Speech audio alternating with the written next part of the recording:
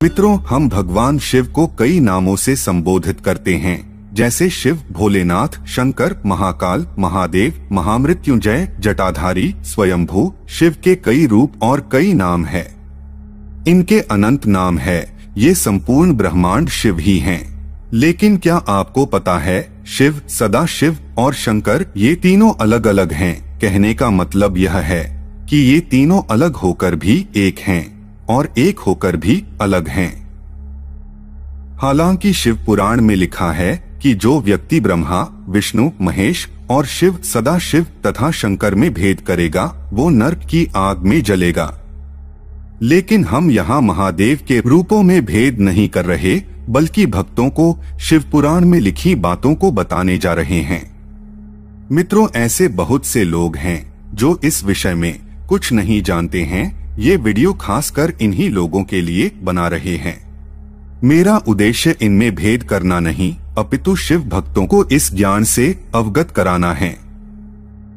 मित्रों, पहले हम शिव और शंकर में क्या अंतर है इसको समझ लेते हैं। मित्रों, हमें दो प्रकार के शिव चिन्ह देखने को मिलते हैं। एक हैं शंकर, जो मानव रूपी हैं।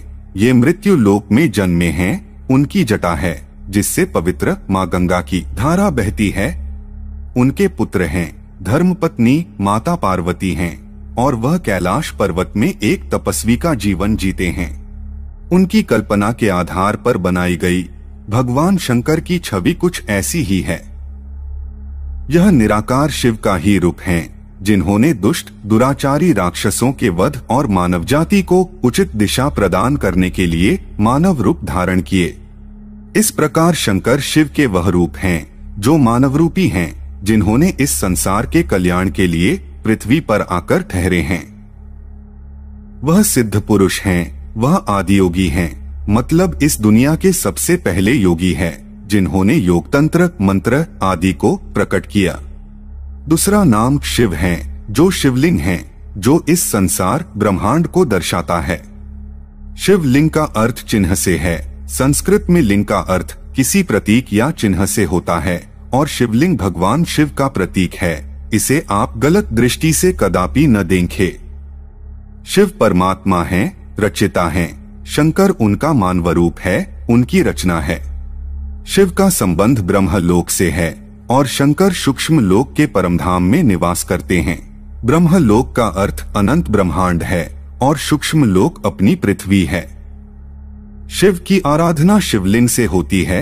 उनका कोई आकार नहीं है, वह निरंकारी हैं, वह बिंदु हैं, इस संसार को चलाने वाली ऊर्जा हैं, वह असीमित दिव्य अंधकार हैं।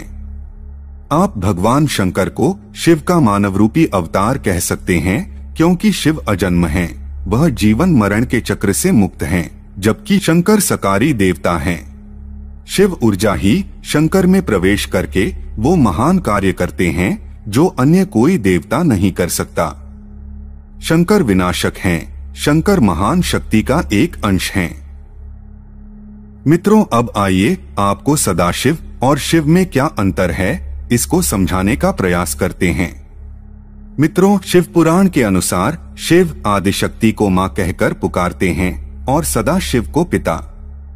शिव सदाशिव से कहते हैं कि ब्रह्मा और विष्णु का जन्म आपसे हुआ है, मेरा भी जन्म आपसे ही हुआ है, इसीलिए मैं भी आपकी संतान हूँ। शिव पुराण के अनुसार भगवान शिव की उत्पत्ति मां आदिशक्ति और सदाशिव से हुई है।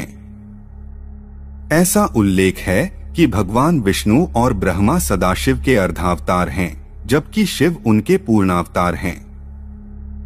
शिव और सदाशिव में कोई अंतर और भेद नहीं है।